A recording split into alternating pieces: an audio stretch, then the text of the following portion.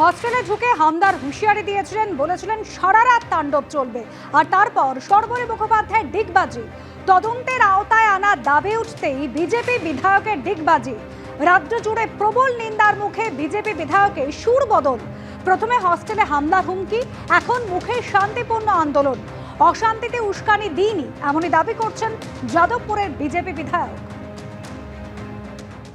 আমি ঘন্টা খানেক সময় দিলাম আপনাকে সৃজন, ঘন্টা খানেক সময় দিলাম। হয় আপনি যাদবপুর থানায় তাদেরকে সারেন্ডার করাবেন, তা নাহলে 1 ঘন্টা পর থেকে যাদবপুর হোস্টেলে ঢুকবে গোটা ভারতীয় জনতা পার্টি, পশ্চিমবঙ্গের সরকার, এবিভিপির সবাই।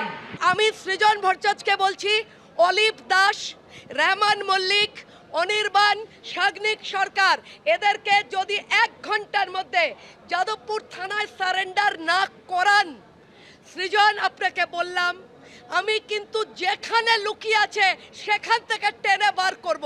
সারা রাত তাণ্ডব চলবে আজ। আমি কোনো উস্কানিমূলক কথা বলিনি।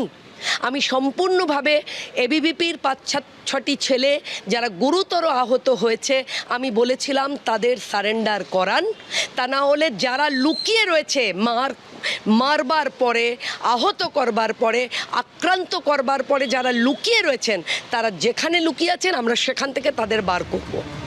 আমি কোনো উস্কানিমূলক কথা বলিনি।